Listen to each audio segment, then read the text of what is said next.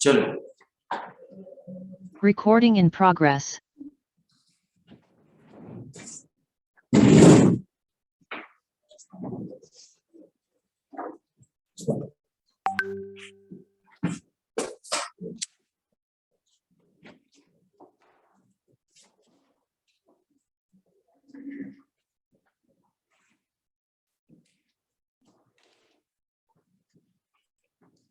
Application हम लोग कर रहे थे इलेक्ट्रोकेमिकल सीरीज के, कितने हो गए थे? 8। नवा एप्लीकेशन और देखते हैं। 8वां क्या लिखा था मैंने? हाइड्रोजन क्रिएट होने वाला। अच्छा, स्टैंडर्ड ईएमएफ की कैलकुलेशन है ना। अब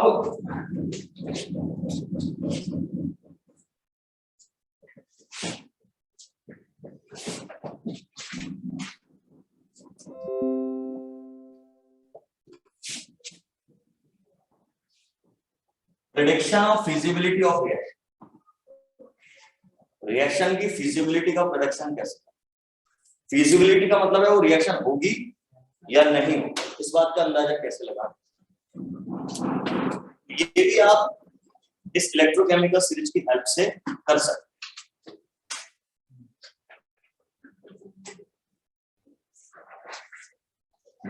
ये फिजिबिलिटी का मतलब है पॉसिबिलिटी, रिएक्शन हो पा रही है या नहीं हो पा रही। इसको समझने के दो तरीके हैं।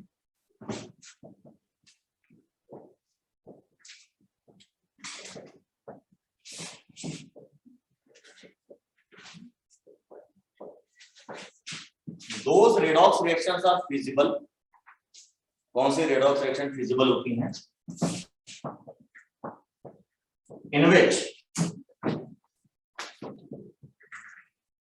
EMF, or you can say E0 cell, is positive. भाई रेडॉक्स रिएक्शन मतलब सेल, मैंने आपसे बोला भी था रेडॉक्स रिएक्शन मतलब सेल। तो अगर किसी रेडॉक्स रिएक्शन के बारे में पूछा जाता है ये होगी या नहीं होगी, तो आप ये देखिए उसका ईएमएफ निकाल दीजिए। उसी फार्मूले से आपको 8वें पॉइंट में बताया था, है ना। अगर वो ईएमएफ प्लस में आ रहा है तो वो रिएक्शन हो सकती है। अगर वो ईएमएफ माइनस में आ रहा है या 0 आ रहा है तो वो रिएक्शन नहीं हो सकती, है ना। तो बड़ी सिंपल सी एक बात ये। एक और तरीका है, एक और तरीके समझ सकते हैं।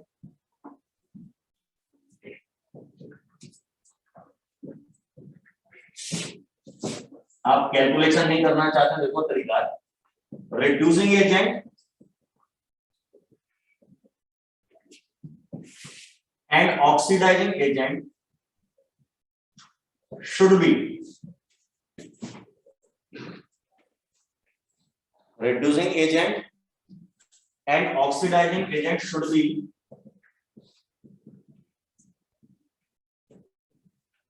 in accordance to electrochemical series. मतलब आप पहले रिएक्शन में पहचानो कौन रिड्यूसिंग एजेंट है, कौन ऑक्सीडाइजिंग है, या यूं कहें किसका रिडक्शन हो रहा है, किसका ऑक्सीडेशन। पर वो कैसे पहचानेंगे हम लोग? वेरी सिंपल, ऑक्सीडेशन नंबर देखते। ऑक्सीडेशन नंबर का बढ़ना ऑक्सीडेशन, और जिस चीज का ऑक्सीडेशन हो रहा होता है वो रिड्यूसिंग एजेंट।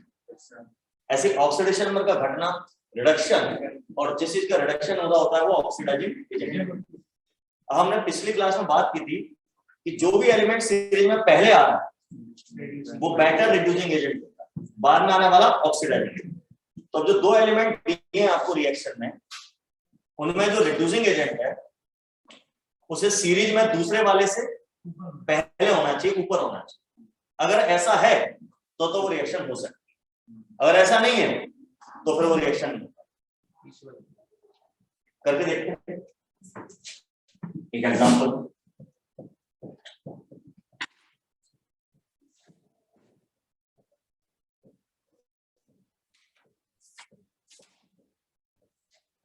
एक ही रिएक्शन ली, हमें पता करना है ये होगी या नहीं, फिजिबल है कि नहीं। तो पहले तो आप ये देखो इनमें से किस एलिमेंट का ऑक्सीडेशन नंबर क्या है।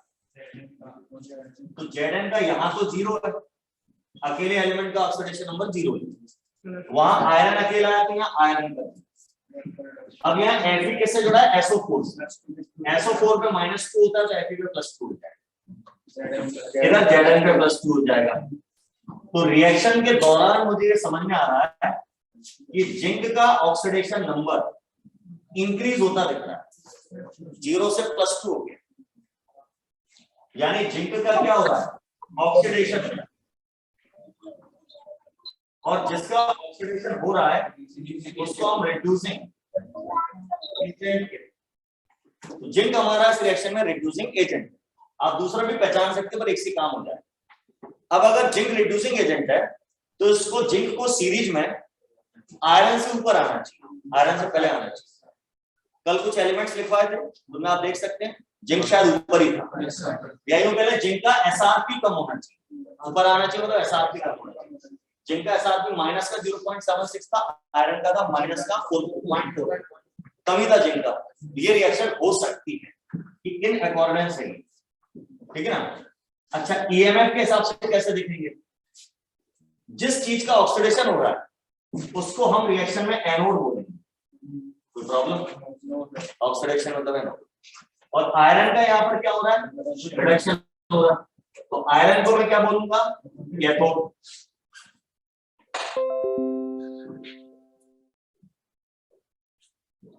ये मेरा cathode.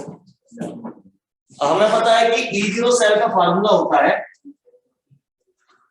E0 cathode minus E0 anode, ऐसे शॉर्ट फॉर्म भी लिख सकते हैं। अच्छा एक और चीज, इसको ऐसा भी लिखा सकता है E0R माइनस E0L, ये क्या चक्कर है, R मतलब राइट, L मतलब लेफ्ट।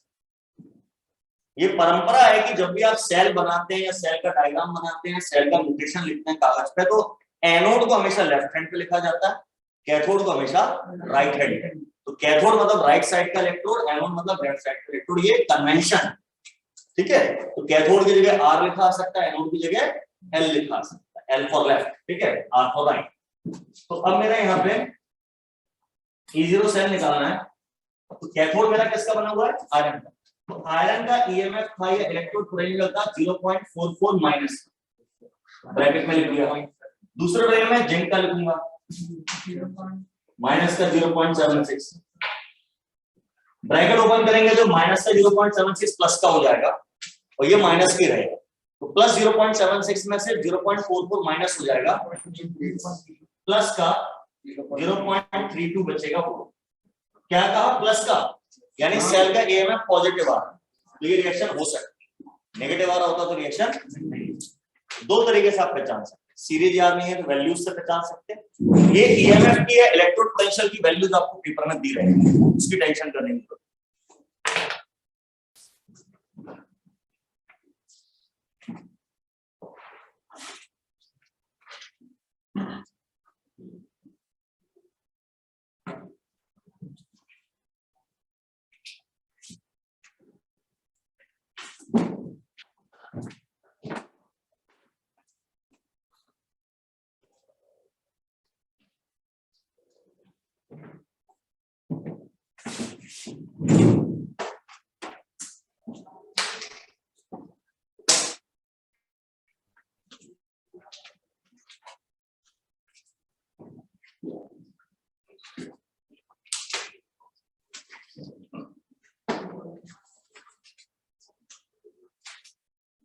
हो गया।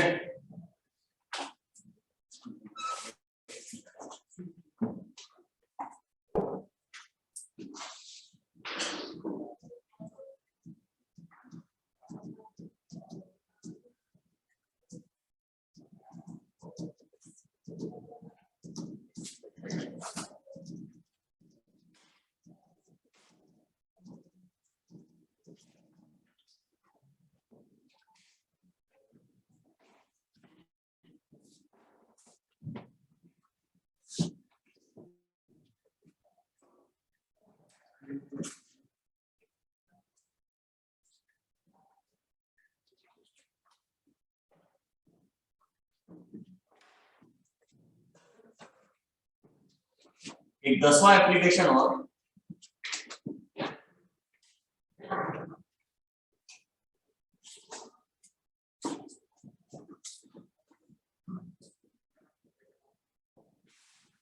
स्टेबिलिटी ऑफ मेटल ऑक्साइड, या इसको ऐसा भी कह सकते हैं thermal decomposition of metal oxide, metal oxide का थर्मल डिकम्पोजिशन।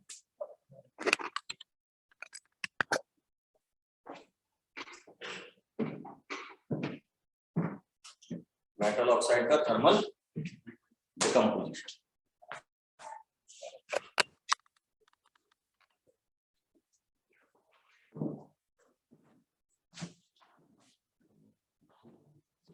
इसमें लिखना है आपको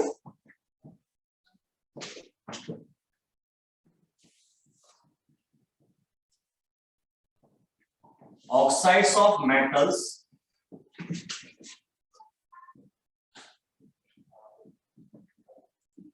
present after copper, कॉपर के बाद in the ECS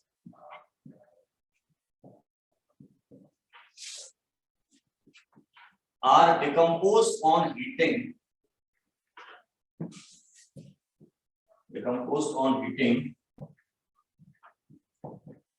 to give metal, metal के लिए पेपर में वर्ड यूज करेंगे सॉलिड रेजिड्यू, ये वर्ड यूज करेंगे सॉलिड रेजिड्यू।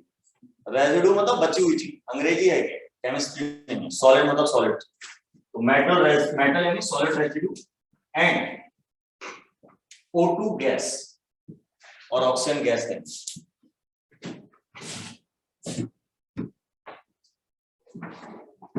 इस बात का क्या मतलब है, जैसे मेरे पास कैल्शियम का ऑक्साइड है, मेरे ख्याल से कैल्शियम तो कॉपर से बहुत ऊपर है सीरीज।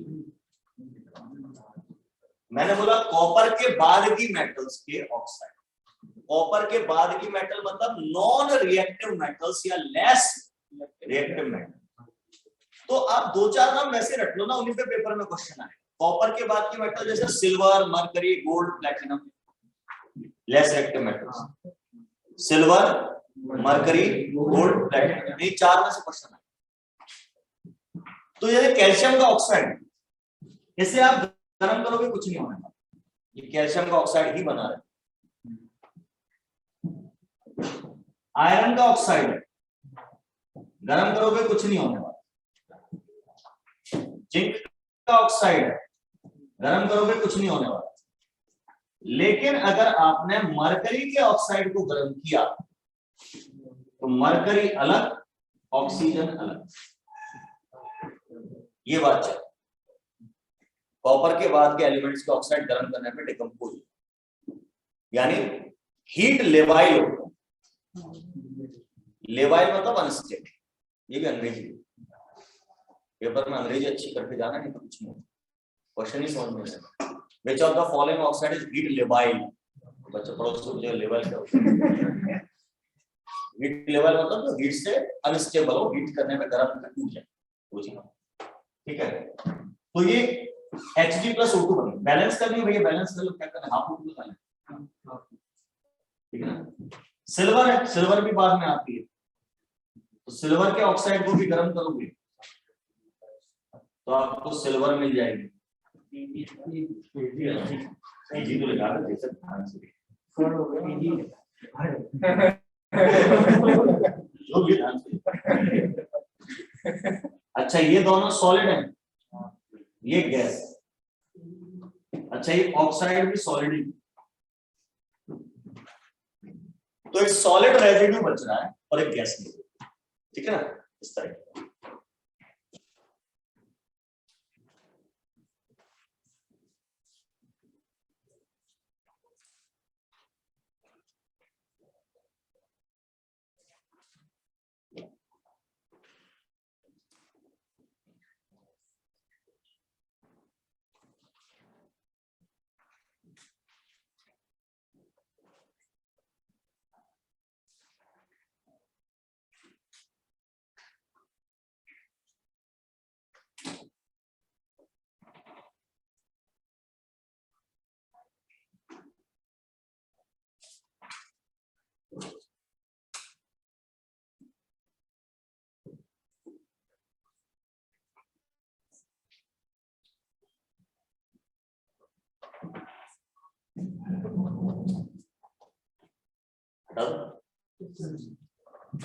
अब ये जो 10वां पॉइंट बना है, हो गया अपने एप्लीकेशन तो अपने लिख ली जिसमें होने लगी,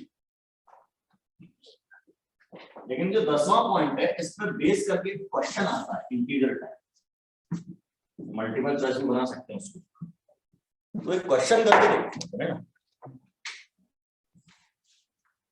इस क्वेश्चन को करने के लिए इस वाली बात के साथ साथ 10th पॉइंट जो लिखवाया, एक और बात पता होनी चाहिए आपको, डिस्कस करते हैं।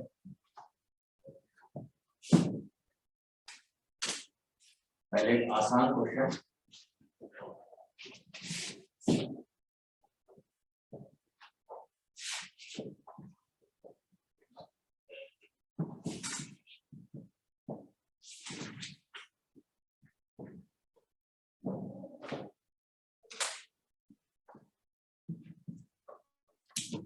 क्वेश्चन है how many of the following oxides will give O2 gas on heating, गर्म करने पर कितने ऑक्साइड O2 गैस देंगे?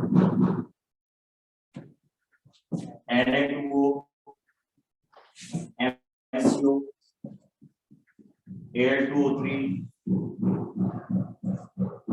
PbO,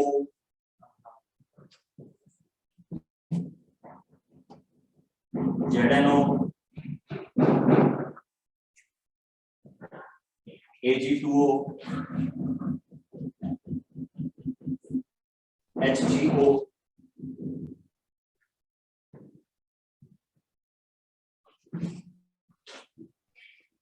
PtO2,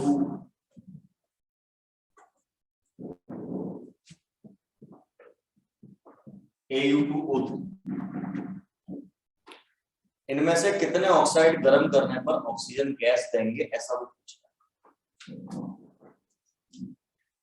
क्या जवाब? 4। सीधी सी बात है, जो कॉपर के बाद के यही 4 नाम लिखने हैं, लेस 8, कॉपर से कम, 4 आंसर, ठीक है।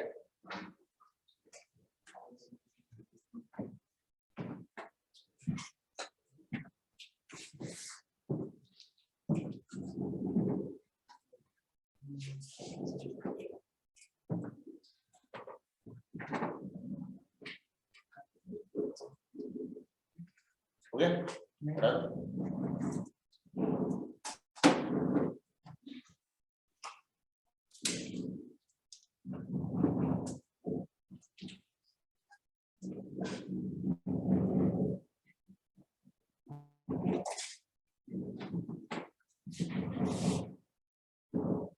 अगला क्वेश्चन है how many of the following compounds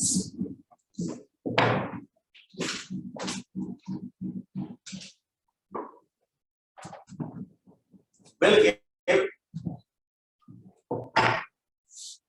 2 gases on heating, मतलब गर्म करने पर 2 तरह की गैस निकलेगी, ऐसे कितने ऑक्साइड्स?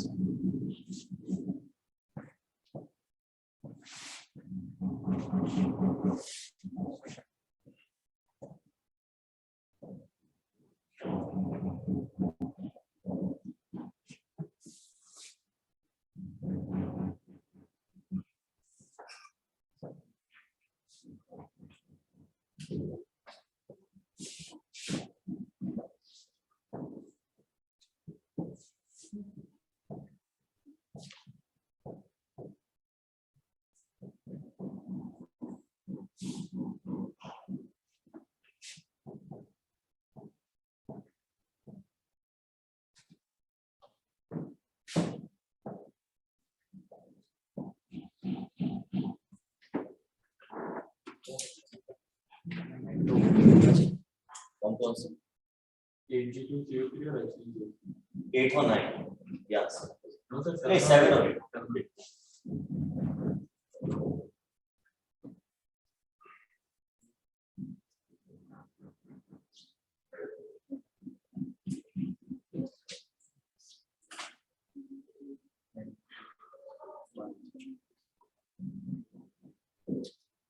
अब इसमें एक कंसेप्ट और लगी है, हाँ सोचो, 3 और 4 हो सकता है।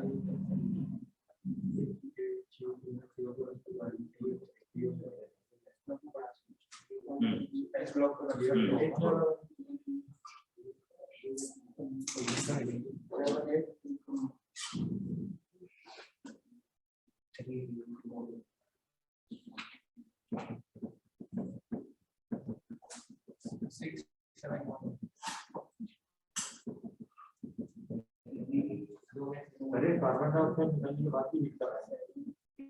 ऐसा कुछ नहीं, हीट कर रहा है।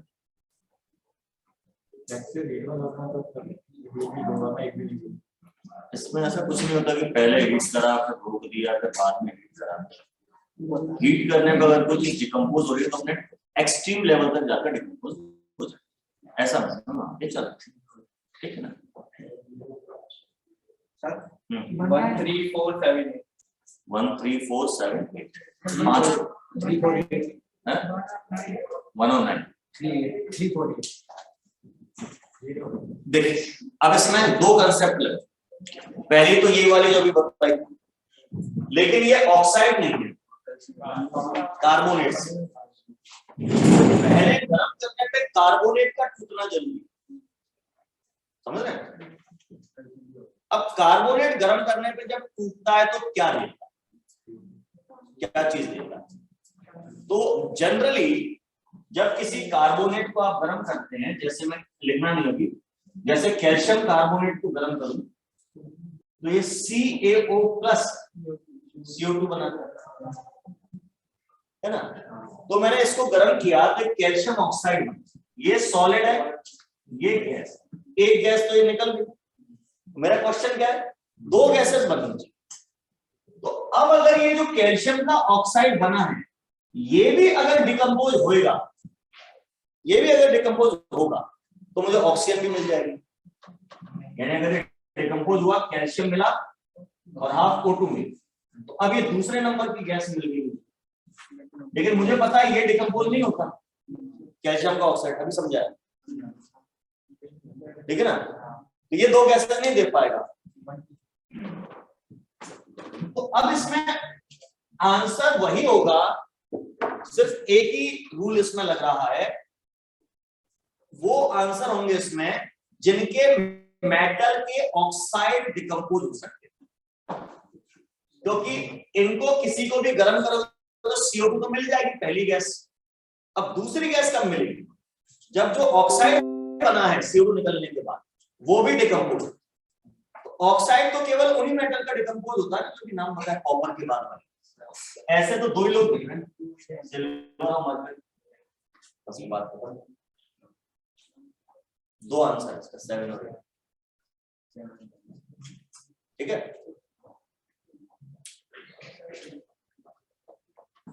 अब इसमें क्वेश्चन में चेंज करो,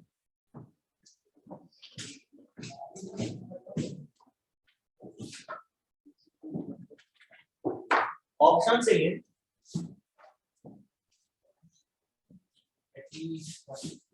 at least one gas on heating। अब इनमें से कितने हैं जो एटलीस्ट एक गैस देंगे गर्म करना, ये क्वेश्चन सारी हो जाएंगी।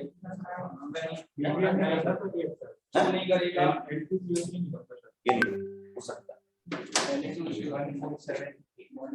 अब इसमें एस ब्लॉक एलिमेंट की कंसेप्ट लगती है,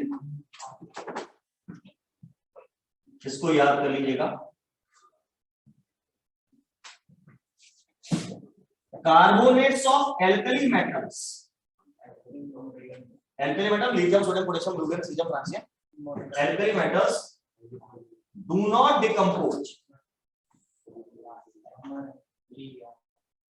do not decompose on heating, गर्म करने पे डिकम्पोज होते एक्सेप्ट एक होता है Li2CO3। Li2CO3 एल्कली मेटल है लेकिन इसका कार्बोनेट डिकम्पोज होता है, उल्टा याद नहीं, LiHCO3 वाली बात आप कहां जाए, Li2CO3 तो नहीं बनता, एक बार रिवाइज करो उसको तब याद आता है।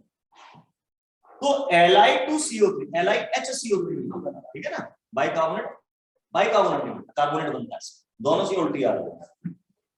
तो Li2CO3 डिकम्पोज हो जाता है जबकि एल्कली मेटल, बाकी एल्कली मेटल के कार्बोनेट डिकम्पोज नहीं होंगे, यानी Na2CO3 नहीं होगा, K2CO3 नहीं होगा, Rb2CO3 नहीं होगा, CH2CO3 नहीं होगा, बाकी सारे कार्बोनेट डिकम्पोज होते हैं CO2। लिथियम का कार्बोनेट क्यों डिकम्पोज हो रहा है? क्योंकि लिथियम, याद करिए, मैग्नीशियम के साथ डायगोनल रिलेशनशिप दिखा रहा है, और लिथियम मैग्नीशियम डायगोनल रिलेशन दिखा रहा है। मैग्नीशियम का कार्बोनेट डिकम्पोज होता है, लिथियम का भी हो जाता है उसी तरीके से। तो अब क्या होगा, इसमें से Na2CO3 जो है, Na2CO3 को जब आप गर्म करोगे तो कुछ नहीं होगा, CO2 भी नहीं बनेगी जैसा पहले बनती। तो यहां कुछ भी नहीं बनेगा, जीरो गैस, कोई गैस नहीं मिली। बेरियम भी नहीं करता, बेरियम सेकंड ग्रुप का है, वो कहाँ करता है? किसने कर दिया? नहीं करता, पतले का है। बेरियम बोला होगा, बेरियम का भाई बहुत ज्यादा टेम्परेचर प्राप्त करो, बहुत ज्यादा एक्सट्रीम कर दो तो एक्सट्रीम की बात कर दिया इसकी चिंता है, टेम्परेचर नहीं लिखा। कैल्शियम कार्बोनेट को गर्म करोगे CaO प्लस CO2 मिलेगा, एक गैस। इसको गर्म करोगे Li2O प्लस CO2 मिलेगी, एक गैस। इसको गर्म करोगे MgO प्लस CO2 मिलेगी, एक गैस। इसको गर्म करोगे ZnO प्लस CO2, एक गैस। इसको गर्म करोगे PbO प्लस CO2, एक गैस। इसको गर्म करोगे तो Ag मिलेगा, CO2 मिलेगी, हाफ O2 मिलेगी। अब यहां दो गैस हो, मतलब पहले वो Ag2CO3 टूटकर Ag2O बनाएगा, फिर Ag2O भी टूटकर ऑक्सीजन गैस। ये काम मरकरी में भी होगा, मरकरी मिलेगा, CO2 मिलेगी, हाफ O2। BaCO3 फिर से वही BaO बनाएगा, प्लस में CO2 बनाएगा। ये बात अपने को दिमाग में, इस तरह के क्वेश्चन दो चैप्टर से मिलाकर बनाएंगे।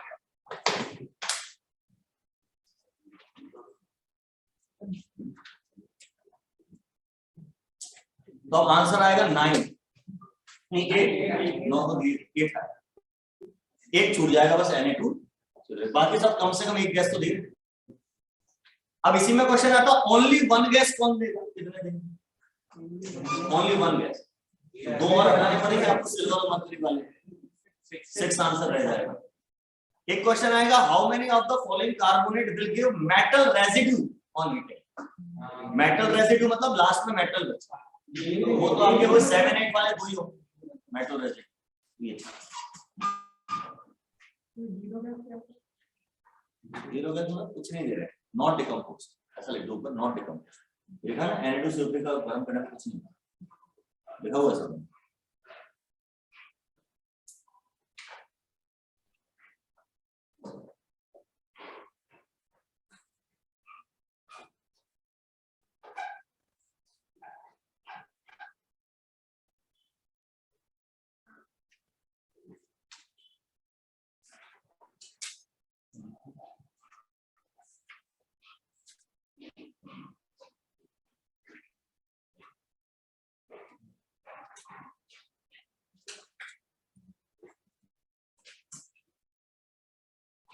हो गया?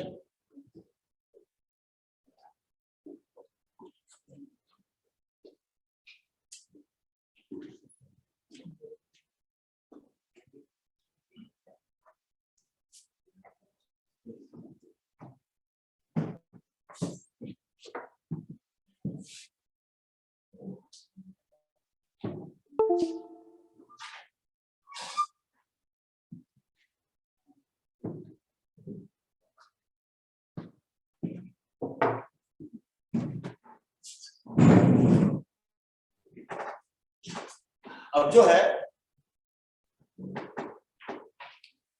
सेल जो हम लिखते हैं, सेल के डायग्राम बना के दिखाते हैं, और ऐसे मैंने सब डेनियल सेल को समझाओ क्या क्या होता है, उसके अंदर जिंक होता है, कॉपर होता है, क्या होता है, तो पूरा बीकर बनाने में तो बहुत टाइम खर्च होगा। सेल को कागज पे शॉर्ट में लिखने का एक तरीका होता है, सेल का नोटेशन, जिसे हम कहते हैं सेल नोटेशन, ठीक है। तो वो हम देखेंगे कैसे लिखते हैं।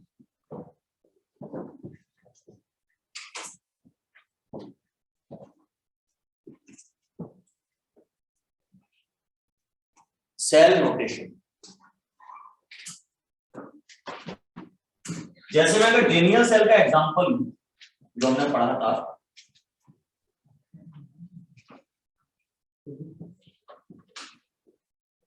तो हमेशा दो वर्टिकल लाइन खींची जाती है, parallel vertical. In parallel vertical line को हम बोलते हैं सॉल्ट ब्रिज। यानी सॉल्ट ब्रिज को कैसे दिखाओगे कागज पे? दो वर्टिकल लाइन, सब ये सॉल्ट ब्रिज। सॉल्ट ब्रिज के लेफ्ट हैंड साइड पे हमेशा एनोड का रिएक्शन लिखोगे, एनोड का हिसाब किताब लिखोगे। राइट हैंड पे हमेशा कैथोड का हिसाब किताब लिखोगे। अभी मैंने बताया भी था एनोड को लेफ्ट और कैथोड को right, right electrode left electrode.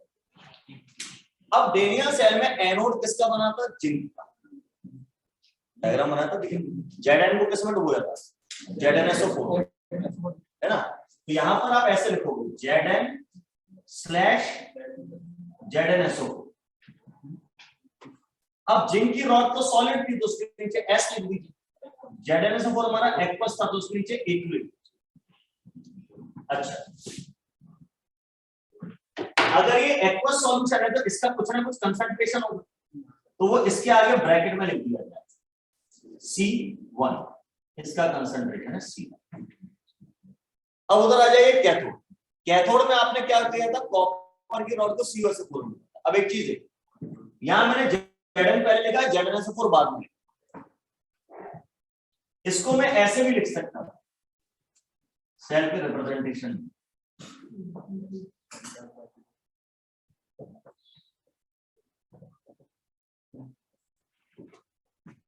आया नहीं तो भाई SO4 तो कोई काम करता नहीं, ऐसे भी लिख सकते हैं Zn/Zn डबल। कायदे से तो हमने जिंक को उसके आयन में डुबोया था ना।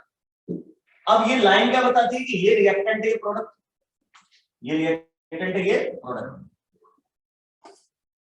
जिंक वाले हाफ सेल में ऑक्सीडेशन होता था, यानी जिंक कन्वर्ट होता था Zn double positive ion.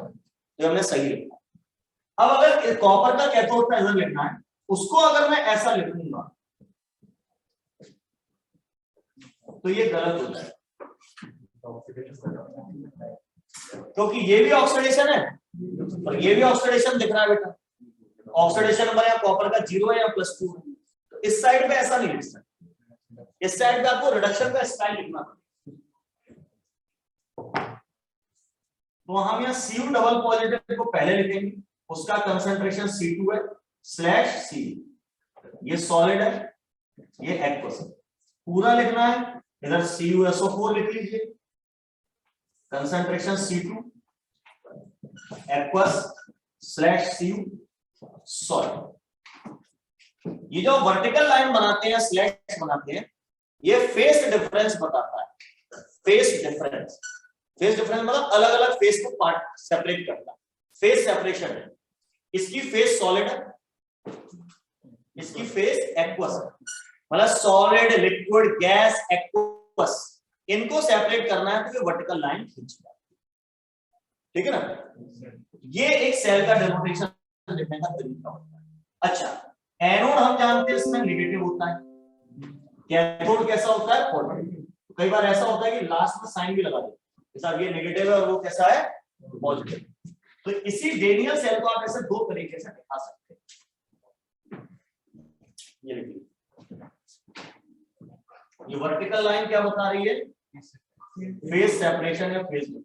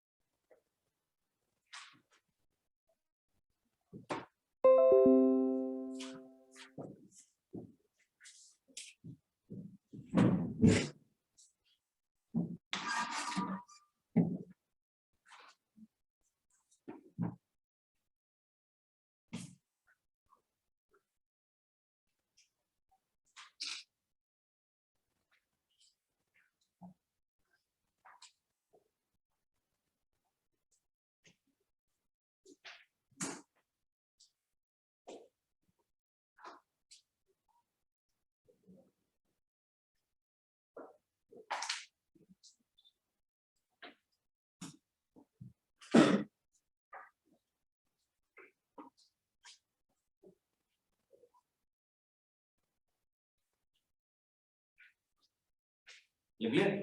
Yes, sir.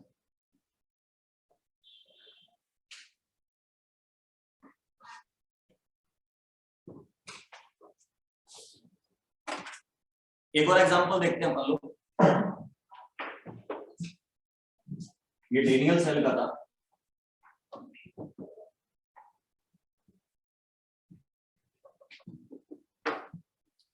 अच्छा, इस तरीके से आप अकेले इलेक्ट्रोड को भी दिखा सकते हैं। मतलब एक अकेला इलेक्ट्रोड, अकेले इलेक्ट्रोड को कैसे दिखाओगे? अकेला जिंक का इलेक्ट्रोड दिखाना है, Zn/Zn डबल क्वार्टर ब्रैकेट में उसका कंसंट्रेशन जितना, ठीक है। अब जैसे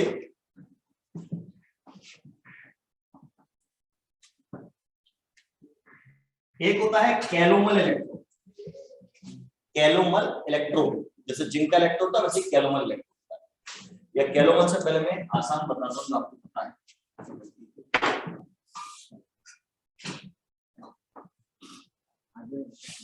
हाइड्रोजन इलेक्ट्रोड होता है, पढ़ा है? Hydrogen electrode with zinc electrode, इन दोनों को मिला के मैं सेल बना रहा हूं। अब बताओ हाइड्रोजन और जिंक में से एनोड की तरह कौन बिहेव करे? जिंक सीरीज में ऊपर है हाइड्रोजन, या आपको ऊपर पिछली क्लास में इसका हाइड्रोजन कैथोड की तरह बिहेव। तो हम ये पैरेलल लाइन खींच देंगे, इस साइड पे जिंक का हिसाब किताब लिखेंगे। जिंक का हिसाब किताब तो वही है Zn/Zn डबल पॉजिटिव, है ना। यहां ब्रैकेट में उसका कंसंट्रेशन C1, ये एक्वस है, ये सॉलिड। ये जिंक का इलेक्ट्रोड दिखा दिया एनोड, अब उधर हाइड्रोजन का लेंगे। हाइड्रोजन वहां कैथोड की तरह बिहेव कर रही है, यानी रिड्यूस हो, तो रिड्यूस होगी तो मुझे H पॉजिटिव आयन पहले लिखना। यहां उनका कंसंट्रेशन C2, कंसंट्रेशन C2 का लग रहा है 1 मोलर लिखो ना, मैंने ऊपर H नहीं लिखा है, C नहीं लिखा। हाइड्रोजन इलेक्ट्रोड में कंसंट्रेशन 1 मोलर थोड़ी लेना, तो स्टैंडर्ड हाइड्रोजन इलेक्ट्रोड में या वो थोड़ी बता, सेल इलेक्ट्रोड जनरल बता, वो लेना है, वो लिख दो, है ना। अब ये एक्वस है, लिख दिया एक्वस। अब हाइड्रोजन गैस लेते थे आप, याद करो इसको, तो स्लैश मार के आप H2 लिखोगे, लेकिन H2 गैस है तो बगल में उसका प्रेशर लिखना पड़ेगा ब्रैकेट में। हाँ, सेल में या इलेक्ट्रोड में कहीं पर भी अगर गैस आए तो ब्रैकेट में उसका क्या लिखिए? प्रेशर। कहीं कोई एक्वस सॉल्यूशन आए तो ब्रैकेट में उसका क्या लिखिए? कंसंट्रेशन। सॉलिड में कुछ लिखने की जरूरत नहीं। हो गया हाइड्रोजन इलेक्ट्रोड? नहीं, इसको कौन लिखेगा? प्लेटिनम के बिना कहां बनता था बेटा हाइड्रोजन? प्लेटिनम में तो हाइड्रोजन गैस एब्सॉर्ब करते थे, तो H2/Pt ऐसा लिखना। हो सकता है Pt पहले लिख दे, H2 बाद में लिख दे, चल जाता है, पर अपने को ऐसे लिखने में कोई दिक्कत ये ज्यादा सही है ना। कई बार Pt और H2 के बीच में डैश लगा, फेस सेपरेशन नहीं लगाते, कोई बात नहीं, सो के कर देते हैं, तो मैंने बता दिया ऐसे लिखना ज्यादा ठीक है, डैश लगा देंगे आप लिख सकते हैं, ठीक है। ये हाइड्रोजन इलेक्ट्रोड समझा, तो 2 स्लैश आ सकते हैं लगा, फेस सेपरेशन बताने, समझा की बात। ये सेल को डिनोट करने का तरीका, ये हमारा एनोड साइड और ये हमारा कैथोड साइड। यहां पर हो रहा है रिडक्शन और यहां पर हमारा हो रहा है ऑक्सीडेशन।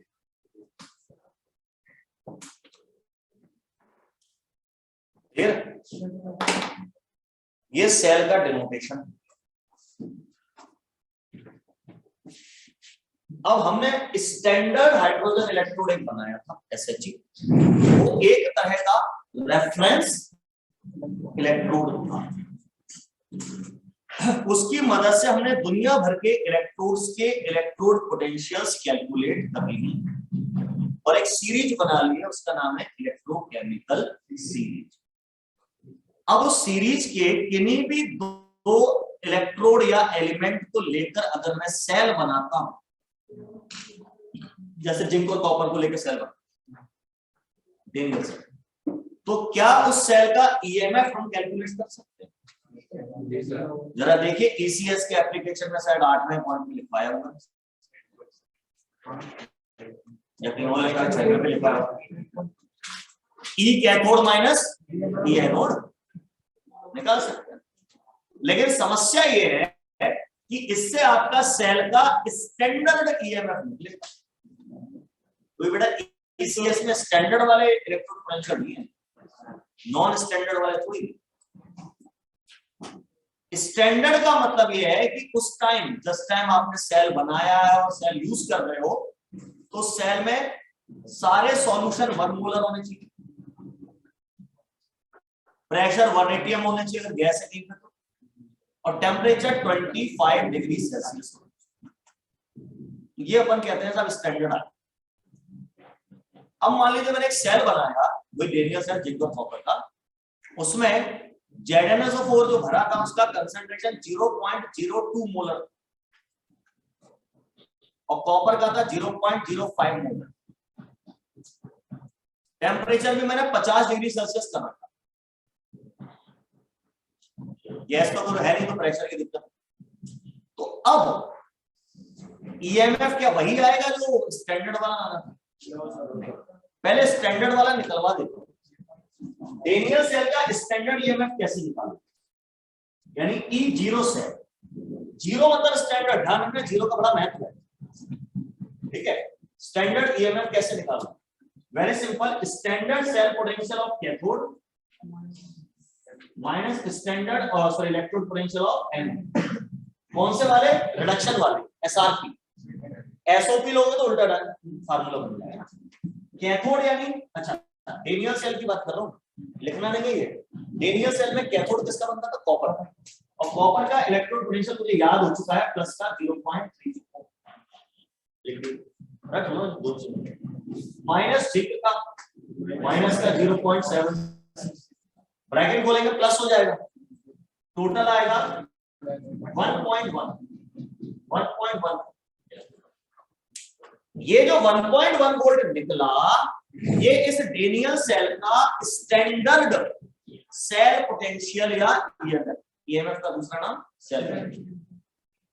ये कब निकला होगा? जब मैंने सेल में 1 मोलर भरे होंगे, टेम्परेचर 25 लिखा होगा, प्रेशर 180 लिखा होगा, तब निकला। अब मान लीजिए मैं वही डेनियल सेल दोबारा से बनाऊं, लेकिन इसमें कंसंट्रेशन 1 मोलर नहीं, 0.02 मोलर, 0.05 मोलर, तो क्या अब भी ईएमएफ 1.1 आएगा? नहीं आएगा, कुछ हो रहा है, ज्यादा आएगा, कम आएगा, जो भी आएगा। तो अब कितना आएगा? अरे सर क्या दिक्कत है, वोल्ट मीटर लगाओ, नाप दो। क्या तो सही है, नाप दो वोल्ट मीटर से। पर हम कागज पे निकालना चाहते हैं, लैब में जाके तो हम सब कर लेंगे। कागज पे किसी चीज को निकालना है तो उसके लिए चाहिए फार्मूला। फार्मूला बता दूंगा, हो जाएगा। फार्मूला कहां से आएगा भगवान थोड़ी बताने हैं। साइंटिस्ट लोग हजारों लाखों एक्सपेरिमेंट करते हैं तब वो फार्मूला ड्राइव कर पाते हैं, साहब ये ऐसा बनता है। आपको मजे से फार्मूला याद किया, न्यूमेरिकल कर सकते, उतने में भी आपको बहुत तकलीफ। उनने कितनी तकलीफ उड़ाई फार्मूला निकालने की, सोचते भी नहीं, जीवन लग जाता है पूरा। एक टेस्ट ट्यूब को नहीं कर रहा टेस्ट ट्यूब ऐसे तो डालना है, लैपटॉप लगा सर वोल्ट मीटर लगा तेरे को टेस्ट में डलवाता हूँ, नाइट्रोग्लिसरीन और केएमएल फोन पता चलेगा, तू भी उड़ जाएगा। साइंटिस्ट हो गए, लेकिन उन्होंने डाला खतरा तो ये सारा खेल आप लोगों के लिए, सिर्फ आप लोगों के लिए, या आप लोगों को भविष्य में दिक्कत न जाए, बार बार लेबोरेटरी में जाना पड़ेगा, कागज पे निकाल दो कि सर इतना कंसंट्रेशन रखने पे इतना आएगा ईएमएफ, या इतना टेम्परेचर कर देने पे इतना आ जाएगा। ये काम किया था हमारे साइंटिस्ट नर्स्ट ने।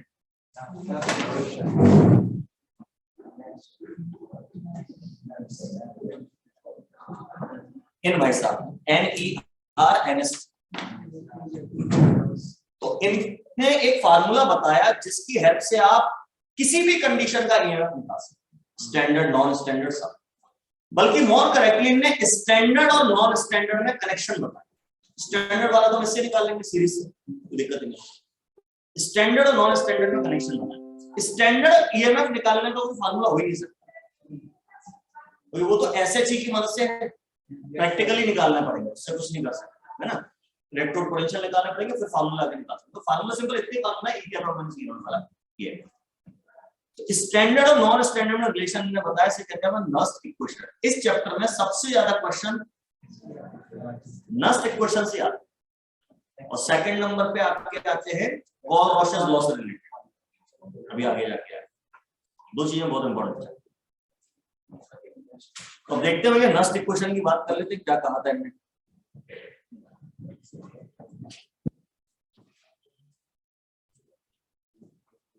अच्छा देखिए, सेल डिनोटेशन जब मैंने लिखी उसमें मैंने बैलेंस करने की कोशिश नहीं करी। मैंने H पॉजिटिव लिखा, सेट आके H2 लिखा। ऐसा नहीं करा कि 2H पॉजिटिव लिखूंगा हाफ H2। सेल डिनोटेशन में बैलेंस नहीं किया जाता, लेकिन उसे देख के जब आप रिएक्शन लिखोगे तब उसे कितना बैलेंस करें। ठीक है, इसलिए बता रहा हूं कि नस्ट इक्वेशन की न्यूमेरिकल बिना रिएक्शन लिखे और बैलेंस की मत करना, गलत हो जाएगा। बिना रिएक्शन लिखो, सेल डिनोटेशन देगा पेपर, सेल रिएक्शन नहीं देगा। सेल डिनोटेशन देख के पहले सेल रिएक्शन लिखो, उसके बाद नस्ट इक्वेशन लगेगी। क्यों लिखनी पड़ती है, अभी पहले नस्ट इक्वेशन देख लो, उसके बाद समझो।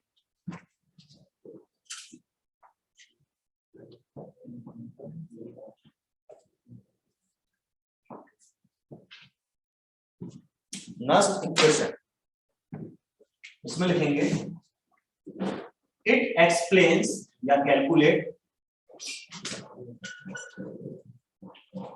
It explains effect of, it explains effect of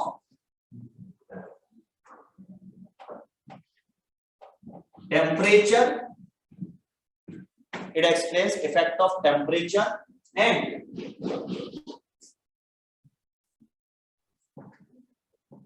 concentration of electrolyte। ये सब जो आयनिक कंपाउंड होता है सॉल्यूशन बना के भरना उनको electrolyte, concentration of electrolyte on the EMF यानी E cell of the cell, EMF of the cell, EMF of the cell पर टेम्परेचर का असर बताता है और कंसंट्रेशन चेंज करने का असर, प्रेशर का भी बताता है। लिख लो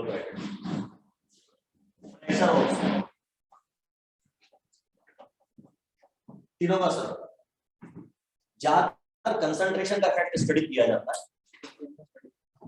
प्रेशर का कभी कभी आएगा, टेम्परेचर का कभी क्वेश्चन नहीं आएगा। कारण टेम्परेचर चेंज करेगी नहीं किसी सवाल, टेम्परेचर 25 डिग्री सेल्सियस का ही क्वेश्चन आएगा, 100% गारंटी। ठीक है, सिर्फ कंसंट्रेशन बदलेगा और प्रेशर बदलेगा। ठीक है, और फार्मूले में तो सब है, और टेम्परेचर बदल तो भी कर सकते। अब है क्या नस्ट इक्वेशन, अपन इसको ऐसा भी कह सकते हैं, ये स्टैंडर्ड ईएमएफ और नॉन स्टैंडर्ड ईएमएफ में रिलेशन बताता है। तो आप ऐसा भी कह सकते हैं,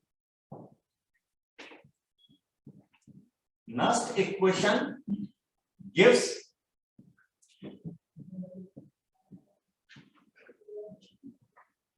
relation between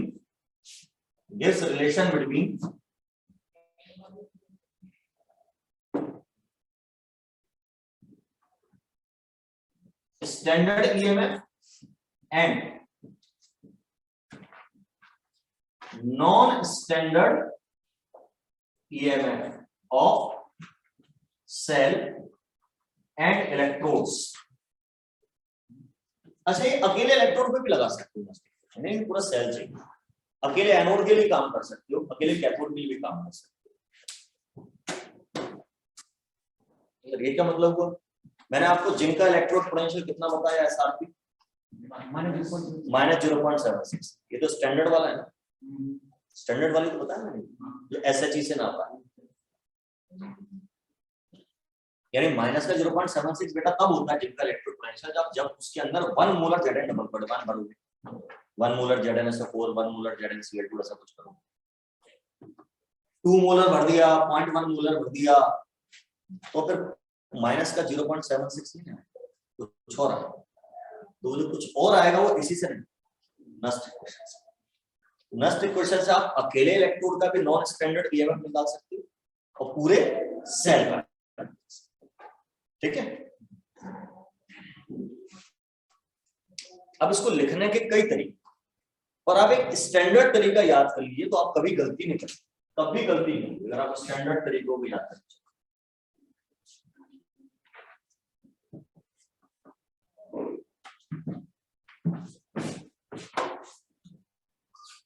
कौन सी तारीख से इलेक्ट्रिकल मंडे से कि संडे से?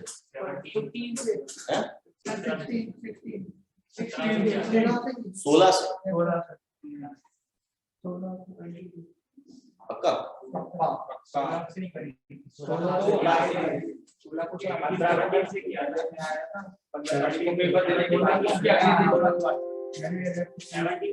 डेट वेट नहीं डालता तो लोग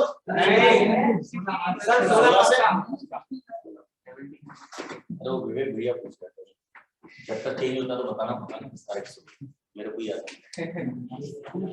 चलो अभी आंसर अब नेक्स्ट इक्वेशन क्या है? E, what is E? EMF भी कह सकते हो, इलेक्ट्रोड पोटेंशियल भी कह सकते हो, दोनों के सिंबल E यूज करते हैं। EMF या सेल का पोटेंशियल बोल रहे हो तो नीचे सेल लिख दो, E सेल। इलेक्ट्रोड का लिख रहे हो तो नीचे इलेक्ट्रोड लिख दो, या वो वैसे लिख दो M positive oblique M type के जो कनेक्ट है, Zn डबल बड़ा ऑब्लिक Zn टाइप, इलेक्ट्रोड का सिंबल ऊपर से। तो M N positive oblique M, अपने पास ये एक इलेक्ट्रोड है। मैं कई तरह के नेक्स्ट इक्वेशन लिखता हूं for reduction reaction of single electrode, अकेले इलेक्ट्रोड। अब सेल के भी लिख लेंगे पर पहले सिंगल इलेक्ट्रोड भी लिखवा। मान लीजिए हमारा जो इलेक्ट्रोड है उसमें एलिमेंट का नाम है M और उस पर N पॉजिटिव चार्ज, कितना भी हो सकता है, 2 पॉजिटिव 3 पॉजिटिव 1 पॉजिटिव। तो ये रिएक्शन के दौरान यानी रिडक्शन के दौरान कितने इलेक्ट्रॉन लेगा बेटा? N इलेक्ट्रॉन ही लेगा जितना चार्ज है, और उसके बाद ये M बना देगा। ये M कैसा बनेगा? सॉलिड, और ये कैसा था? एक्वस। ये मैंने रिएक्शन बना। अब इसके लिए नेक्स्ट इक्वेशन आप लिखोगे तो कैसे लिखना है?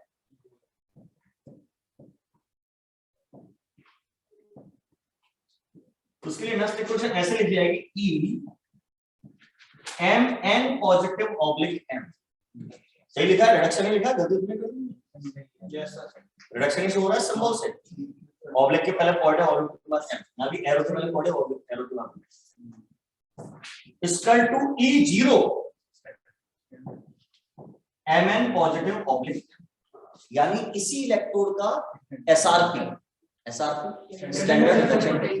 ये कहां से पता चलेगा? ECS। इसका कोई फार्मूला नहीं है, तो वो ऐसा चीज से निकालना पड़ता है।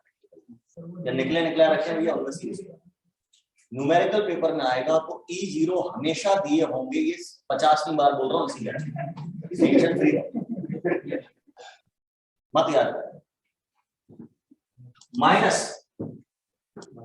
2.303 RT upon NF log base 10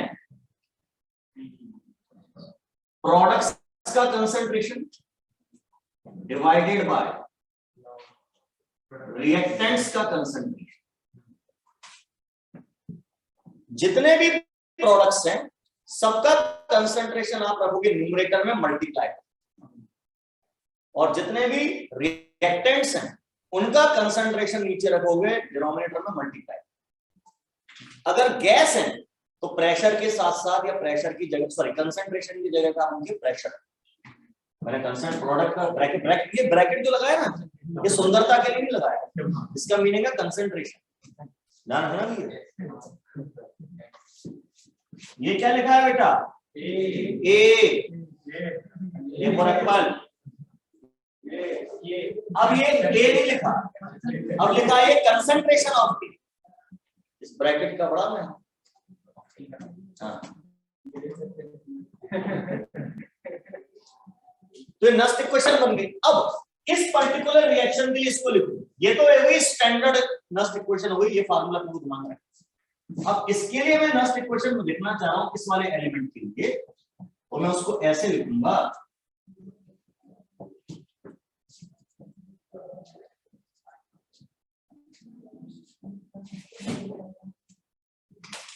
अब मैं देखूंगा इसमें प्रोडक्ट कौन, रिएक्शन देखो बेटा, एरो के बाद वाला प्रोडक्ट एम प्रोडक्ट है एम, तो मैं यहां लिखूंगा एम ब्रैकेट।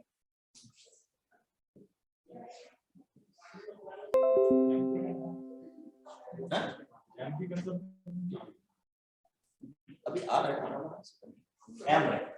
रिएक्टेंट कौन है, ये दोनों, इलेक्ट्रॉन तो छोड़ दो, मतलब M N positive, M N positive अलग चीज है बेटा, ऐसा समझ लो जेड डबल बॉन्ड बनाने और जिंक है, ये बन गया फार्मूला। लेकिन अब एक प्रॉब्लम है, ये एम सॉलिड है, सॉलिड चीज का कंसंट्रेशन 1 मानते हैं यूनिट। वैसे तो ये भी ठीक है, पर चूंकि वो सॉलिड है तो आप उसको हटा सकते हो, तो ये फार्मूला ऐसा भी लिख सकते हो।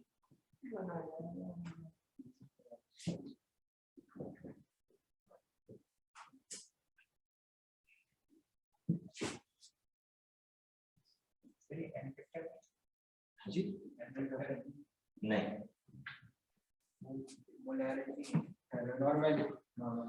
क्या बोलते हो, स्मॉल एम की बात कर रहे हो, नॉर्मलिटी स्मॉल एम से दिखाते हैं, कभी बात कितनी उड़ा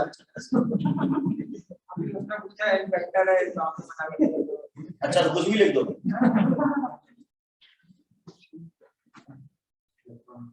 ये बन गया फार्मूला। अब इसमें एक इतना लिखो, फिर एक खुराफा डॉक्टर पर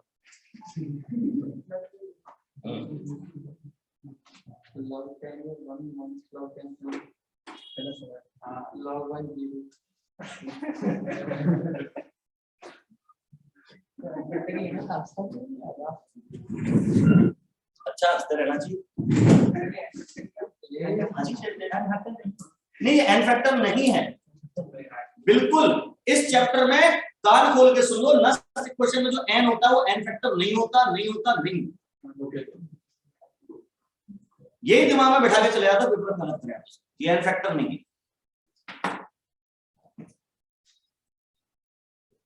बता रहा हूं क्या है, लिख लो।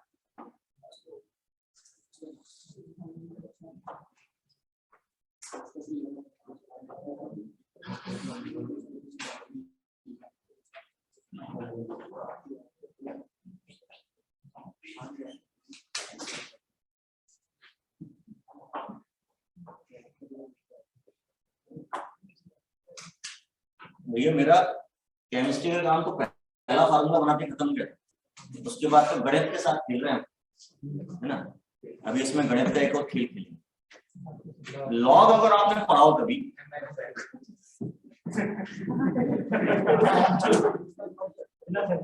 लॉग की एक प्रॉपर्टी होती है कि जिस नंबर का आप लॉग ले रहे हैं, अगर लॉग के आगे का साइन चेंज कर तो नंबर रेसिप्रोकल होता है।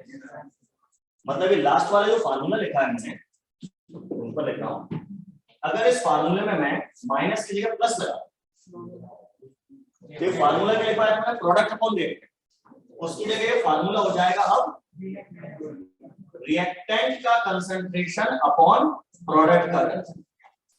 तो पेपर में जब ऑप्शन आए मल्टीपल चॉइस में ध्यान से देख लेना, हो सकता है एक आध ऑप्शन में प्लस लगा के उल्टा भी लिखा, वो भी सही है। मतलब अब ये फार्मूला फिर ऐसा हो जाए,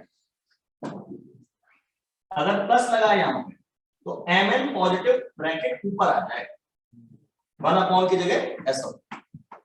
ये भी सही है, ये भी सही, दोनों एक ही चीज है, लिखने का तरीका बदल दिया मैथ्स के हिसाब से।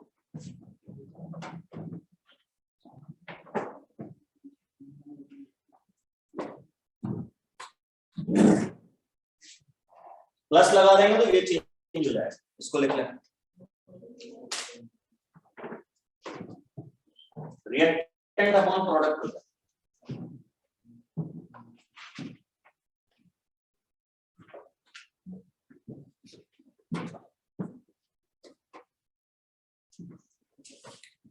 अच्छा है, मैं रिडक्शन रिएक्शन के लिए समझा रहा हूं, ऑक्सीडेशन के लिए भी यही करना है, बस रिएक्शन उल्टी हो जाएगी ना।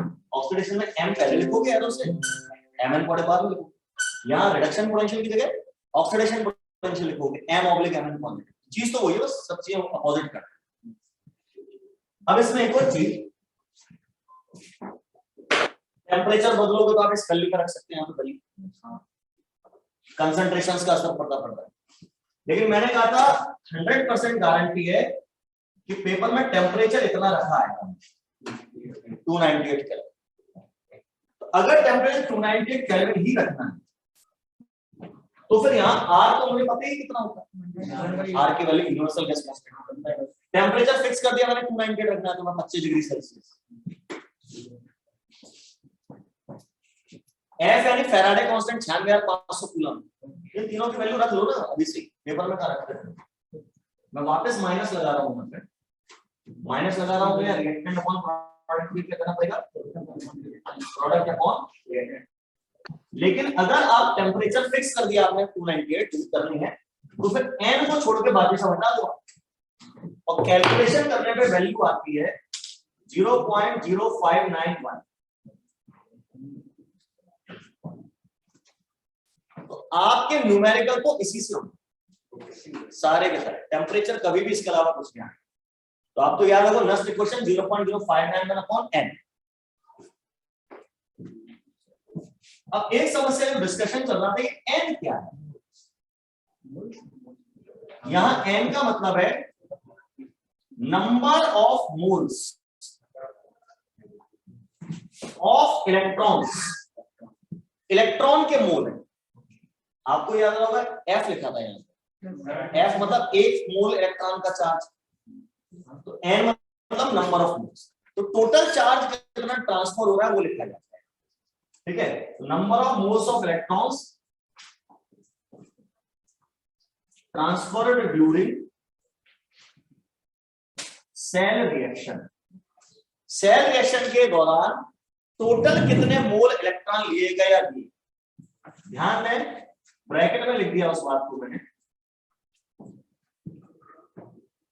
बिना बैलेंस किए नहीं। सेल रिएक्शन कैसी होनी चाहिए। अब ये सेल रिएक्शन नहीं लिखी ऊपर बेटा, ये इलेक्ट्रोड रिएक्शन नहीं, ये तो ऑलरेडी बैलेंस है। अभी जो लिखी सेल रिएक्शन में ऐसा हो सकता है कि एनोड में 2 इलेक्ट्रॉन निकल रहे हैं और कैथोड 3 इलेक्ट्रॉन ले रहा है, तो बैलेंस करना पड़ेगा। एलसीएम ले लेना, 2 और 3 का एलसीएम 6, काम बन जाएगा। सवाल करते हैं समझ में भी आ जाएगा। ध्यान रखना कि n यानी number of moles of electron transfer during cell reaction. Anode ने कितने मोल इलेक्ट्रॉन दिए और कैथोड ने कितने लिए, एक ही बात होगी। जितने एनोड देगा उतने तो कैथोड लेगा। मैं तुम्हें 500 रुपए दूंगा तो तुम्हें 1000 रुपए थोड़ी मिल जाएंगे, 500 मिलेंगे ना, सीधी सी बात है। नंबर ऑफ मोल्स नहीं देना, नहीं, number of moles of electron transfer during cell reaction, ये n फैक्टर नहीं है। This is not n factor. बिल्कुल अच्छे से दिमाग, ये जो मैंने लिखा ये अकेले इलेक्ट्रोड के लिए लिखा सब कुछ, पूरे सेल के लिए नेक्स्ट इक्वेशन कैसे लिखा, ऐसे लिखो, यही है सेम। बस जहां m पॉजिटिव ऑब्लिक m लिखा है, इंग्लिश में CELL लिखो, सेल। बात करें सेल के लिए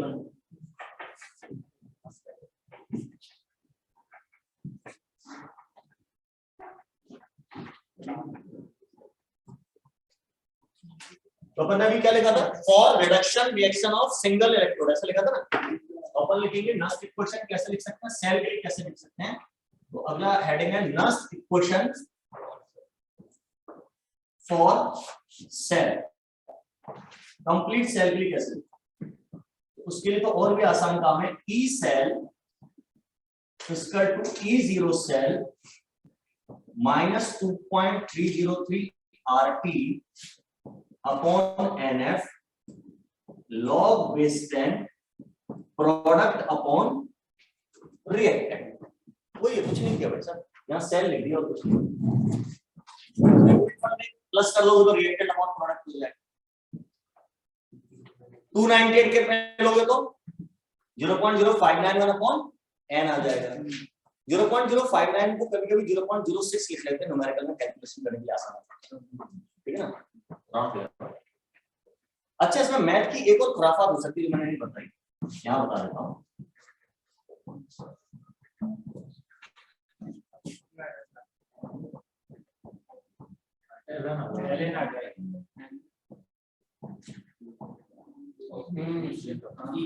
नेचुरल लॉग 2.03 हटा देगा पेपर,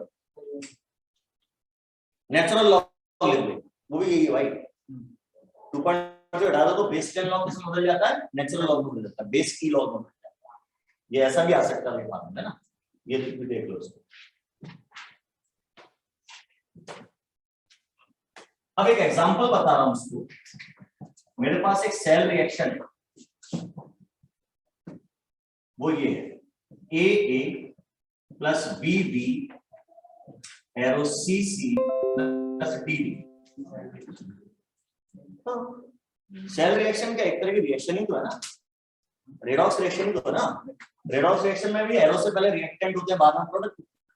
A और B मेरे रिएक्टेंट, C और D मेरे प्रोडक्ट्स।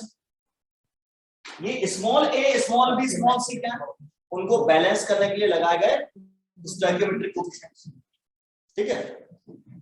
तो अब इसके लिए नस्ट इक्वेशन कैसे लिखोगे, जैसे लिखोगे E cell equal to E0 cell. E0 cell कैसे पता पड़ेगा, वो ECS, E0 cathode minus E0 anode, उससे माइनस 0.0591 क्या 298 केल्विन।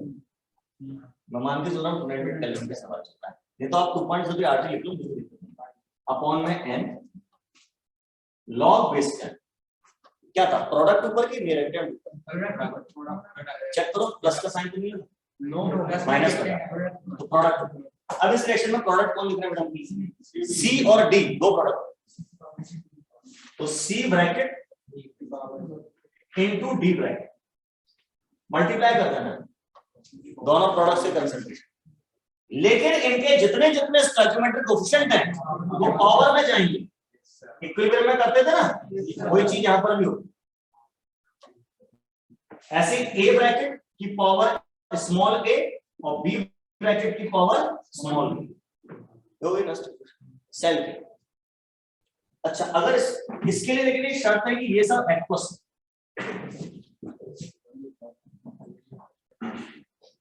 अगर इनमें से कोई चीज गैस है तो फिर उसका कंसंट्रेशन लिखने की बजाय प्रेशर लिखना है, उसका कंसंट्रेशन लिखने की बजाय प्रेशर लिखना।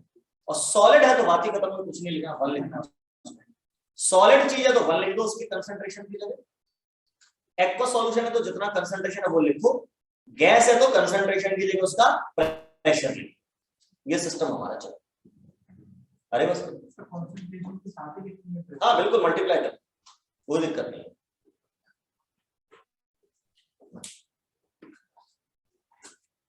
तो आज के लिए नस्ट इक्वेशन की बात हमने कर ली, इसके न्यूमेरिकल्स हमें देखने हैं, फार्मूलाज बनाने हैं, न्यूमेरिकल्स देखने हैं, वो अपन करते हैं अगली क्लास में। हाँ कल तो ऑर्गेनिक रहेगा, मंडे को रहेगी, तो तब तक 3-4 दिन है ऑर्गेनिक शुरू करेंगे। संडे तो ऑफ ही रहता है। अरे पिछले संडे इसलिए दिया था कि उस वीक में मंडे को ऑफ रखना पड़ा था, शिफ्टिंग हो रही थी बिल्डिंग की, इस चक्कर में। तो 6 दिन तो हमें क्लास लगानी है क्या, सिलेबस का भी टेंशन है तुम लोगों को नहीं, क्या मैं तो बहुत तुम लोग तो मजे में, मुझे लगता होगा रात को नींद नहीं आती भाई साहब, ये सोच रहा हूँ 6-6 घंटे बैठाऊं तुम्हें सुबह से शाम तक, नहीं बैठ उसी के प्यार में तो बैठ। अच्छा उसी चल अभी तो ओमिक्रॉन आ गया सर। आन दो ओमिक्रॉन, जो होगा देखा जाए। Recording